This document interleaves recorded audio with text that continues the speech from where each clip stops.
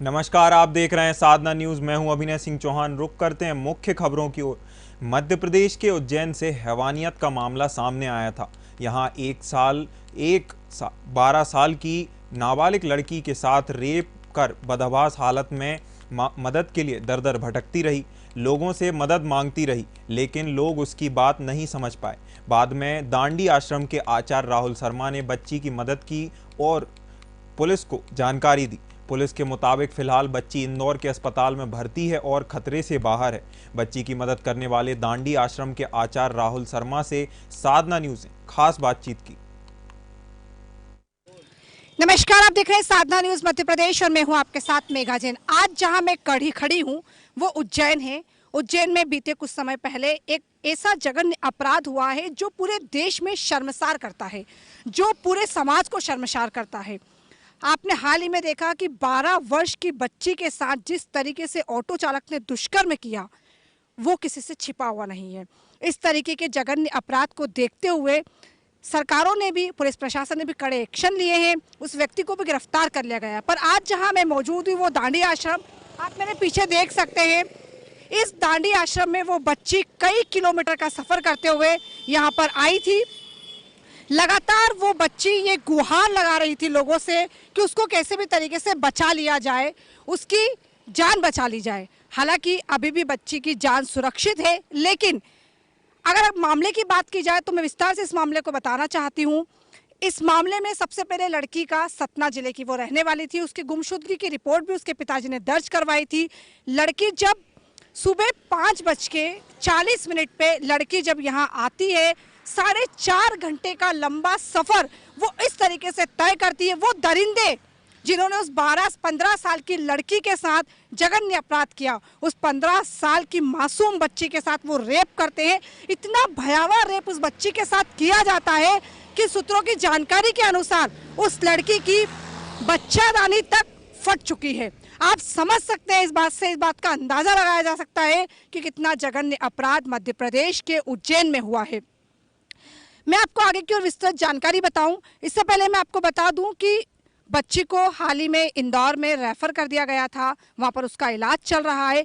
लेकिन बच्ची जब 5:40 पर पहुंचती है, जो जहां से वो आती है वो जगह जगह जाती है, तो उज्जैन में जो कॉलोनी वासी है, यहाँ की जो कॉलोनियाँ है, सांवरा खेड़ी की बात की जाए या और एक और कॉलोनी की बात की जाए, तमाम उन कॉलोनी में वो जाती है। लेकिन कोई शख्स, समाज का कोई एक बच्चा उसको बचाने के लिए आगे नहीं आता है। अगर इसी समाज के बीच से निकली वो लड़की को बचाने के लिए समाज का हिस्सा नहीं आता, तो समाज की जिम्मेदारी क्या है, समाज का महत्व क्या है? यहाँ पर भारत में ऐसा कहा जाता है कि जब नवदुर्गा होती है, जब तमाम तरीके की पूजाएं की जाती है, उसमें कन्याओं को बुलाया जाता है। मैं आज उस समाज के तमाम लोगों से सवाल पूछना चाहती हूँ, ये कैसा समाज है? यहाँ पर 15 साल की लड़की जिसके साथ रेप होता है, वो 4.5 घंटे तक लगातार गुहार लगाती है। एक शख्स जो उस कॉलोनी में खड़ा हुआ था, वो गेट के पास खड़ा होकर उसको कहता है आगे जाइए। ये कैसा समाज है आपका? ये कैसी दरिंदगी है आपके समाज में? आप उस समाज की बात करते हो, उस धर्म की बात करते हैं। ये धर्म तो ये कहता है कि यहाँ पर कोई भी लड़की हो, लड़का हो, कोई भी वो व्यक्ति हो, अगर वो मुसीबत में है तो उसको बचाया जाए। राम भी यही कहते हैं, कृष्ण भी यही कहते हैं, शिव भी यही कहते हैं। और उज्जैन को तो शिव की नगरी कहा जाता है। शिव की नगरी में अगर इस तरीके के जघन्य अपराध होते हैं तो समाज को विचार करना चाहिए। ये नेता नगरी, कांग्रेस हो, बीजेपी हो, आम आदमी हो, तमाम तरह की पार्टियां यहाँ पर अगर इस तरीके की, इसके बीच में इस तरीके के जघन्य अपराध में अगर नेता नगरी आती है तो मैं मानती हूँ कि ये शर्मनाक बात है। आगे अगर मैं आपको इससे पहले बताऊं तो जब वो लड़की 4.5 घंटे तक लगातार सफर करती है, तो जहां मैं खड़ी हूं वो दंडी सेवा आश्रम, वो यहाँ पहुंचती है। यहाँ पर दंडी सेवा आश्रम के एक जो यहाँ पे जो सेवा दे रहे हैं राहुल शर्मा जी, उस लड़की को बचाते हैं। जब वो लड़की उनके पास पहुंचती है तो वो बताते हैं कि किस तरीके से वो लड़की की हालत थी। मैं आपको अगर उस लड़की की हालत के बारे में बताऊंगी तो आप भी अपने आंसू रोक नहीं पाएंगे। वो लड़की जब यहाँ रुकती है, खून रिस रहा है, अर्धनग्न अवस्था में है, पूरी तरीके से बोल नहीं पा रही है, घबराई हुई है। जब राहुल शर्मा उसको अपना वस्त्र देते हैं, उसके निचले हिस्से को वस्त्र से ढकते हैं और उससे पूछते हैं तुम कहाँ से आई हो, तुम कौन हो? लेकिन जब वो ये सब नहीं बता पाती है, उसके बाद राहुल शर्मा पुलिस को बुलाते हैं। पुलिस को आने के बाद उसकी एफआईआर लिखी जाती है उस ऑटो चालक के खिलाफ ऐसा एफआईआर लिखी जाती है। गृह मंत्री नरोत्तम मिश्रा भी बयान में ये बात कह रहे हैं कि एसआईटी की टीम गठित कर दी गई है और आरोपी को पकड़ लिया गया है। पर मेरा सवाल आज आरोपी को पकड़ने का नहीं है, मेरा सवाल आज नेताओं से नहीं है, मेरा सवाल है आज उस जिम्मेदार नागरिक से। आप अगर एक अच्छे नागरिक नहीं बन सकते, एक जिम्मेदार नागरिक नहीं बन सकते, तो आपको यहाँ रहने का कोई अधिकार नहीं है, इस जीवन में रहने का कोई अधिकार नहीं है। 15 साल की उस बच्ची के साथ अगर रेप होता है और आप उससे कहते हैं कि आगे बढ़ जाइए, ये रेप सिर्फ उस बच्ची के साथ नहीं हुआ है, ये रेप कल आपकी माँ बेटियों के साथ भी हो सकता है, क्या तब भी आप यही कहेंगे आगे बढ़ जाइए? तमाम तरह की राजनीतियाँ करते, क्या इसका ठेका सिर्फ राजनीतिक लोगों ने ले रखा है? क्या इसका ठेका सिर्फ सरकारों ने ले रखा है? क्या इसका ठेका किसी जिम्मेदार इंसान को नहीं लेना चाहिए था? समाज में बैठे उन तमाम लोगों को नहीं लेना चाहिए था? जो लड़की लगातार भटक रही थी, उस लड़की को जिस हालत में देखा गया था, वो हालत को बयां करने में भी मुझे दर्द हो रहा है, क्योंकि मैं भी एक लड़की हूँ और एक लड़की की दुविधा को समझ सकती हूँ। जिस तरीके से उसके साथ रेप किया गया, इस तरीके से आज वो अस्पताल में भर्ती है। आज उसको इंदौर के एमवाय अस्पताल में भर्ती किया गया है, तमाम तरीके की जांचें चल रही है।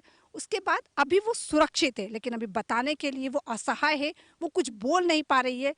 अब आगे जैसी भी जानकारी होगी हम आपको तमाम जानकारी अपडेट करते रहेंगे। आज हमारे साथ राहुल शर्मा, वो शख्स भी मौजूद है जिन्होंने उस लड़की की मदद करी, जो उस लड़की के लिए भगवान का रूप बनकर आए। तो हम उनसे सीधे बात करेंगे। आज मैं उज्जैन में हूँ, दांडी आश्रम में हूँ। आप मेरे साथ देख सकते हैं जिस बच्ची के साथ जिन दरिंदों ने दरिंदगी की थी, उस बच्ची को भगवान स्वरूप बचाने के लिए राहुल शर्मा जी उतरे थे और उस बच्ची की इन्होंने जान बचाई थी। आज वो हमारे साथ बैठे हुए हैं, उनसे बात करेंगे और जानेंगे कि समाज की जिम्मेदारियां क्या है।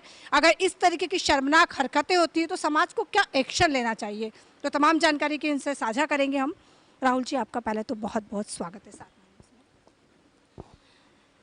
पहले तो मुझे विस्तार से बताइए, जब वो बच्ची आई, इतना लंबा सफ़र किया, आपने उसको कब देखा, कैसे देखा और पुलिस तक कैसे पहुंचे? सोमवार के दिन प्रातःकालीन 9:30 बजे के करीब मुझे किसी इमरजेंसी कार्य से आश्रम से बाहर जाना था। मैंने अपना वाहन जैसे ही गेट पर पहुंचा, पश्चिम की ओर से आती हुई एक बालिका दिखी मुझे, जिसने नीचे कोई वस्त्र धारण नहीं किया था। देखकर मुझे बड़ा दुख हुआ। मैंने तुरंत न कुछ विचार करते हुए, जो ऊपरी वस्त्र आप लोग वीडियो में देख रहे हैं, एक ऊपरी वस्त्र मैंने धारण किया हुआ है, ऐसे ही मैंने उस दिन भी ऊपरी वस्त्र धारण किया था। मैंने तुरंत अपना ऊपरी वस्त्र उतारकर उस बालिका को दिया, जिससे उसने अपने अंग विहीन वस्त्रों को, जो वस्त्र विहीन अंग थे, उनको ढका। और उस बालिका से मैंने पूछा कि बेटा, तुम्हारी दुर्दशा किसने की है? तुम यहाँ कैसे पहुँची हो और इस क्षेत्र में तुम कब से हो? लेकिन बालिका मेरे सभी सवालों के जवाब देने में असमर्थ थी। या तो हम ये समझे कि बालिका मुझे उस विषय के बारे में बताना नहीं चाहती थी, या वो मेरी बातों को नहीं समझ पा रही थी। वह मेरे सामने एक ही शब्द का उपयोग कर रही थी, बोले मुझे कहीं जाना है।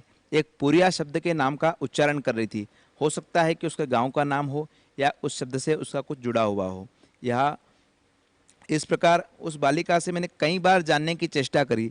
2 बार पेन डायरी भी उसके हाथ में दिया कि यदि लिखना जानती हो तो अपने माता पिता का नंबर लिखो, इसके ऊपर अपने माता पिता का नाम लिखो, गांव का नाम लिखो। लेकिन बालिका उस विषय में भी मेरी कोई मदद नहीं कर पाई।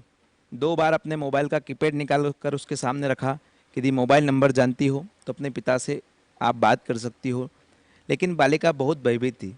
कई बार मैंने उसे आश्वस्त किया, विश्वास दिलाया कि जिस जगह पर तुम खड़ी हो यह बिल्कुल सुरक्षित स्थान है, यहाँ तुम्हारा कोई बाल भी बांका नहीं कर पाएगा। लेकिन बालिका फिर भी बहुत भयभीत थी। 10-20 मिनट तक वो मेरे साथ बात करती रही, क्योंकि मैं उसे समझा ही रहा था। वो बोल तो कुछ रही नहीं थी, पर उसे मेरा जैसे ही विश्वास हुआ, फिर कई बार मैंने देखा कि मुझे देख कर के जो मिलनसार लोग थे, मुझे देखकर वहाँ रुके, क्या हो गया करके। तो जैसे ही कोई नया व्यक्ति आता, बच्ची तुरंत मेरी आड़ में छिपने का प्रयास कर रही थी, मानो उसे ऐसा लग रहा हो कि ये लोग मुझे उठाकर ले जाएंगे या मुझे मारेंगे, या किसी प्रकार का भय उसे जन समुदाय से सता ही रहा था। राहुल जी, जिस तरीके से लगातार खबरें सामने आ रही है उसमें ये आ रहा है कि बच्ची खून से लथपथ थी। क्या आशंका नज़र आ रही है आपको, बच्ची के साथ क्या हुआ था? क्योंकि वो मात्र 15 साल की थी और जिस तरीके से वो खून में लथपथ नज़र आ रही थी, आपने तो उसको लाइव देखा है, इसके बारे में। जी, जिस समय मैंने बच्ची को जिस अवस्था में देखा था, बच्ची के पाँव के यहाँ पूरी ब्लीडिंग हो रही थी, आंखें स्वेलिंग से भरी हुई थी। लेकिन उस विषय के बारे में, क्योंकि आज तक कभी मुझे ऐसा केस देखने के सामने, कभी नज़र के सामने ऐसा केस कभी आया नहीं था। इसलिए मैं अपने मन विचार से किसी भी प्रकार का ज्ञात विज्ञात नहीं लगा पाया। मैंने तुरंत ज़्यादा न ध्यान देते हुए 100 पर कॉल किया, महाकाल थाने में कॉल किया, उन्हें इस विषय से अवगत कराया कि एक अज्ञात बालिका हमारे आश्रम के सामने है और इस अवस्था में है, बहुत ज़्यादा भयभीत है, आंखें स्वेलिंग से भरी हुई है, बहुत थकान महसूस कर रही है, लग रहा है मानो इसे कई प्रकार की शरीर पीड़ा इसे सता रही है। उन लोगों ने 10 से 15 मिनट में हमारे पास में अपना 100 जो वाहन है उसे भेजा। हम लोगों ने बालिका को पुलिस वाले के हवाले किया और पुलिस वाले ने यहाँ से उसे चरक हॉस्पिटल में एडमिट करवाया। राहुल जी, जब बच्ची लगातार 4.5 घंटे तक सफ़र करती रही, उज्जैन महाकाल की नगरी कही जाती है, इन समाज के दरिंदों के बीच में वो घूमती रही। समाज का वो व्यक्ति जो एक अपने गेट पर खड़ा था और बच्ची से कह रहा था आगे बढ़ो, जब वो दांडी आश्रम पहुंचती है तब आप उसकी मदद करते हैं। आप उन तमाम समाज के, क्योंकि चूँकि आप आचार्य भी हैं, कई बच्चों को शिक्षा देते हैं, आप तमाम समाज के लोगों को क्या कहेंगे आज इस तरीके की आपराधिक घटनाएं अगर होती है तो क्या उनका दायित्व नहीं होता है कि वो इस तरीके की बच्ची को बचाए? देखिए, एक किसी व्यक्ति का नहीं, यह पूर्ण मानव मात्र का कर्तव्य है कि आज इस अवस्था में यदि हम मदद नहीं करेंगे तो कहाँ मदद करेंगे? क्या हम बड़ी बड़ी दान राशियाँ ही देते रहेंगे या कहीं प्रकार के जो है कि हम लोग सिर्फ कार्यक्रम ही दिखाते रहेंगे? हम लोगों का कर्तव्य है कि कोई भी मानव मात्र हो उसका हमें हमेशा ही मदद करना चाहिए, क्योंकि जिस अवस्था में बालिका को मैंने देखा, कई बार वीडियो में मैंने देखा है कि बालिका कई रास्ते से, कई घरों से गुजर रही है और हर कोई उसे आगे बढ़ने के लिए कह रहा है। ऐसा उन लोगों ने बहुत निंद्य कर्म किया है, क्योंकि उनका भी मैं अपमानजनक शब्दों में किसी प्रकार का कोई शब्द इस्तेमाल नहीं कर सकता कि उन लोगों ने यह बहुत निंद किया है। इतना ही सब कुछ काफ़ी है, क्योंकि आज वह बेटी है आज भारत देश की, मध्य प्रदेश की और हम सबकी बहन बेटी है। यदि हम ऐसी अवस्था में उसकी मदद नहीं करेंगे तो कहाँ करेंगे? हो सकता है कि यह भगवान महाकाल की ही साक्षात कृपा थी कि कई रास्तों से उसे बचा करके वो इस गुरुकुल के द्वार पर लाए, और संभवतः भगवान महाकाल की ही कृपा होगी, क्योंकि मुझे 9 बजे निकलना था लेकिन मैं किसी कारणवश 26 मिनट लेट हो चुका था। हो सकता है कि भगवान महाकाल की यही कृपा होगी कि उस बालिका के लिए मैं मदद करूं और उसी समय मेरा वहां पहुंचना हुआ। तो ये भगवान महाकाल की साक्षात कृपा उस बेटी के ऊपर हुई कि वह गुरुकुल के सामने आई, और हम लोगों ने भी अपना पूर्णतः समय और प्रयास करके उस बच्ची को सुरक्षित हाथों में पहुंचाया। राहुल जी, मेरा आखिरी सवाल, जिस व्यक्ति ने ये कुकृत्य किया था उसको पकड़ लिया गया है, आप सरकारों से, आप समाज से, आप प्रशासन से आज क्या कहेंगे? उस व्यक्ति को क्या कड़ी से कड़ी सजा मिलनी चाहिए? क्योंकि इस तरीके के अपराध आदतन अपराध बन चुके हैं, जो लोग आजकल बेवजह कर देते, छोटी छोटी मासूम बच्चियों तक को नहीं बख्शते लोग। तो इस तरीके के लोगों को एक आचार्य होने के नाते भी और एक आम नागरिक होने के नाते भी आप क्या कहेंगे? मेरा एक ही विषय रहेगा कि यह विषय मासूम बच्ची हो चाहे बड़ी हो, क्योंकि हमारे यहाँ भारतीय संस्कृति में यत्र नारीस प्रपूज्यन्ते रमन्ते तत्र देवता ऐसा बताया गया है कि यहाँ नारी को शुरू से ही देवी तुल्य, माँ भगवती के तुल्य ही माना गया है। और जिन लोगों ने भी, जिन दुष्टों ने, लोग तो उन्हें कह नहीं सकते हैं, क्योंकि मानव के शरीर में जिस प्रकार रामायण में हम लोग सुनते हैं मारीच हिरण का रूप धारण करके भगवान श्री राम को छलने आया था, इसी प्रकार मानव के शरीर में कई दुष्टों ने ये जो दुराचार किया है, व्याभिचार किया है, उन लोगों के लिए सज़ा तो हम क्या बताएंगे, लेकिन उन्हें ऐसा सज़ा मिलना चाहिए कि कभी भी भारत देश में, क्योंकि विश्वगुरु भारत बनने जा रहा है, पहले से हम लोग भारत को सोने की चिड़िया विश्वगुरु मानते आए हैं और आज भी अथक प्रयास के कारण आज वापस विश्वगुरु भारत बन रहा है। तो इस भारत में कभी भी ऐसे कुकर्म सुनने को नहीं मिले, देखने को नहीं मिले, इसलिए उनके ऊपर अधिक से अधिक कड़ा दंड निर्धारित होना चाहिए।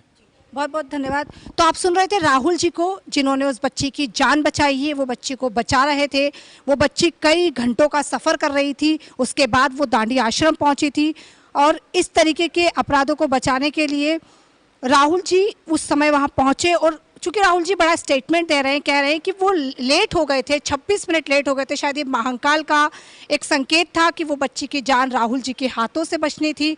तो इस तरीके के कुकृत्य अपराध जब होते हैं और इस तरीके के आश्रमों में जब साधु बाहर निकल कर आते हैं, उनको बचाया जाता है, तो ये भारत का एक इतिहास है कि यहाँ पर भारत में नारियों को भी पूजा जाता है, धर्मों को पूजा जाता है, और ख़ास करके भारत देश जो हिंदू धर्म का देश है, हिंदू देश है, यहाँ पर इस तरीके के अगर एक राहुल शर्मा जैसे आचार्य सामने आते हैं तो देश के प्रदेश के उन जिम्मेदार लोगों की ये जिम्मेदारी बनती है कि इस तरीके के आगे आकर लोगों को बचाए और अपनी जवाबदारी को समझे।